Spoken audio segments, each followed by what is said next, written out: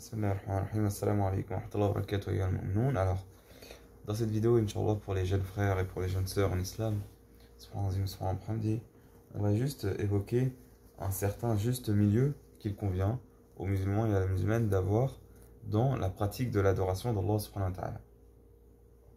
Ce milieu, c'est entre le fait de parfaire son adoration, d'essayer de la faire au mieux, d'apprendre pour cela et de se renseigner pour cela, et dans le même temps de la laisser à Allah subhanahu wa ta'ala et de la laisser à l'acceptation d'Allah subhanahu wa ta'ala et de la laisser en fait de ne pas être excessif dans cette pratique-là, au risque de mettre en avant les détails ou des détails et de négliger au final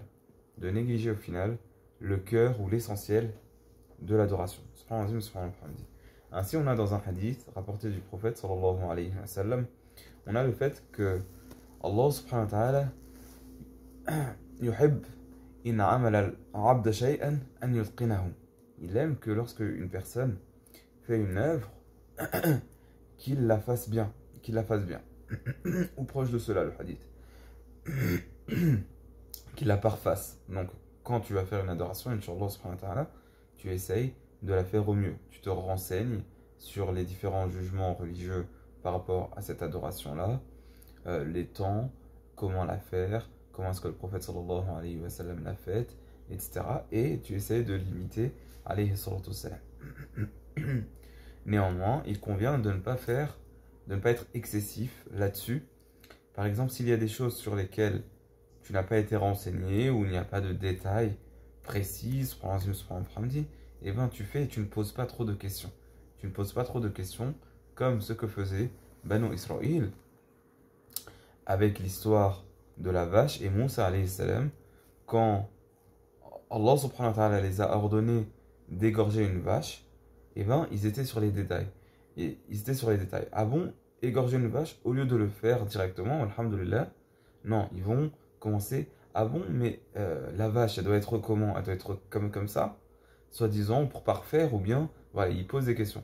Et la vache, elle doit être comme ça, et ensuite ils posent, et de quelle couleur, etc., etc. Et voilà. Et donc, dans les tafasirs, on voit, shaddu fashaddallahu alayhim. Ils ont été excessifs, ou ils ont été durs envers eux-mêmes, et alors Allah subhanahu wa ta'ala a été dur envers eux, et il leur a imposé, subhanahu wa ta'ala, des conditions assez restreintes, assez restreintes dans l'égorgement de cette vache-là. Subhanahu wa ta'ala. La tas'alu an shay'in in tubda lakum tasu'kum.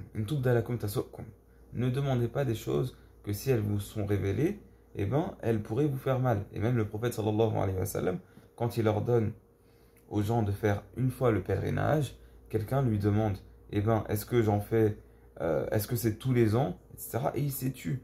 Le prophète sallallahu alayhi wa sallam, il ne veut pas donner des détails parce que ça pourrait être rendu obligatoire et les gens ne pourraient pas le faire. Donc, subhanallah, subhanallah, il convient d'essayer de parfaire sans être excessif dans les questions. Ok, on te dit de prier, tu mets ta main droite sur ta main gauche au niveau de ta poitrine, ou entre la poitrine et le nombril, ou en dessous du nombril. Alhamdulillahi Rabbil Alamin, ne sois pas trop excessif. Bien sûr, tu peux rechercher les différents arguments des uns et des autres pour ta recherche scientifique, pour ta connaissance du ilm et pour ta connaissance del haqq, c'est très bien. Néanmoins, dans la pratique religieuse, voilà, on te dit par exemple que, pendant le hajj, ou je sais pas, tu as des a'zar, on te dit globalement, voilà, par exemple, tu peux faire quoi? Par exemple, tu peux ne pas jeûner quand tu es malade, ou tu peux raccourcir les prières quand tu es en voyage. Voilà, quand tu es en voyage, certains savants disent, khalas, quand tu es en voyage, quand on peut appeler ça safar ou un voyage, alors là tu peux réduire. D'accord, ne pas être trop excessif. Et parce qu'en plus, ce qui peut arriver si tu es trop excessif, c'est que tu as posé une question, voilà, est-ce que je mets mes mains comme ça, je mets mes mains comme ça, etc., etc. On t'a dit, on t'a répondu, et tu vas mettre beaucoup d'importance sur ça, et au final, est-ce que c'est ça qui est le plus important dans la prière? Peut-être que tu vas même peut-être oublier le khushu', ou les significations de ce que tu dis, etc. etc. D'accord? Donc cet équilibre-là, entre le fait de parfaire ton adoration, ta pratique, et le fait d'être de ad-din yusr, ad-din yusr, laisser Allah subhanahu wa ta'ala, et Allah subhanahu wa ta'ala tayyib, Allah subhanahu wa ta'ala tayyib, Allah subhanahu wa ta'ala rahim, Allah subhanahu wa ta'ala raouf, karim, subhanahu wa ta'ala, on atawakkal ala Allah subhanahu wa ta'ala, et Allah subhanahu wa ta'ala accepte, Inch'Allah. Assalamu alaikum wa rahmatullahi wa barakatuh, et ciao à tous.